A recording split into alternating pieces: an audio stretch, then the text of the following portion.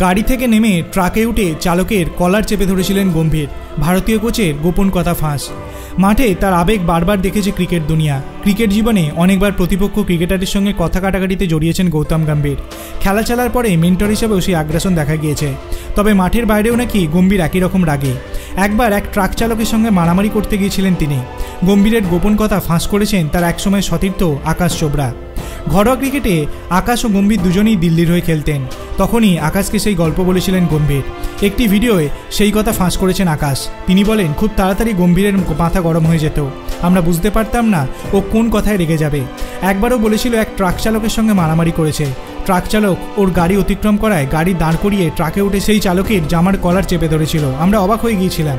দুজনই ওপেনার হওয়ায় গম্ভীর ও আকাশের প্রতিদ্বন্দ্বিতা ছিল। তারা কোনোদিনই বন্ধু হয়ে উঠতে পারেনি বলে জানিয়েছেন আকাশ। তিনি বলেন, আমরা প্রতিদ্বন্দ্বী ছিলাম, সত্যি বলতে আমরা বন্ধু ছিলাম না। ও খুব পরিশ্রম করত, অনেক রান করত, কিন্তু রাগ যেন সবসময় ওর নাকের ওপরেই থাকতো। ছোটোখাটো কারণেও মেজাজ হারাতো। দলের অনেকেই ওকে ভয় পেত।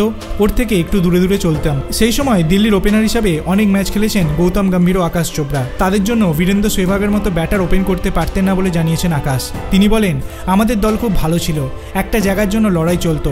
আমরা ওপেনার ছিলাম। আমাদের মধ্যে কেউ চোট পেলে বা কোনো কারণে না খেললে সুযোগ পেত শিখর ধাওয়ান বা বিরাট কোহলি।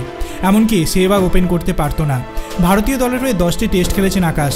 ঘটনাচক্রে 2004 সালে অস্ট্রেলিয়া সিরিজে তার বদলেই জাতীয় দলে অভিষেক হয় গম্ভীরের। তারপর থেকে টানা খেলছেন তিনি। ভারতীয় দলের হয়ে 58টি টেস্ট, 147টি একদিনের ম্যাচ, 37টি টি-20 খেলেছেন তিনি। ভারতের 2007 সালের টি-20 ও 2011 সালের একদিনের বিশ্বকাপ জয়ী দলের সদস্য ছিলেন তিনি। চলতি বছরে রাহুল দ্রাবিড়ের পরে ভারতীয় দলের কোচ হয়েছেন গম্ভীর।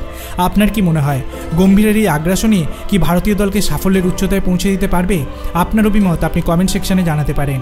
ভিডিওটি ভালো লাগলে লাইক করবেন, চ্যানেলটিকে সাবস্ক্রাইব করতে ভুলবেন না। ধন্যবাদ।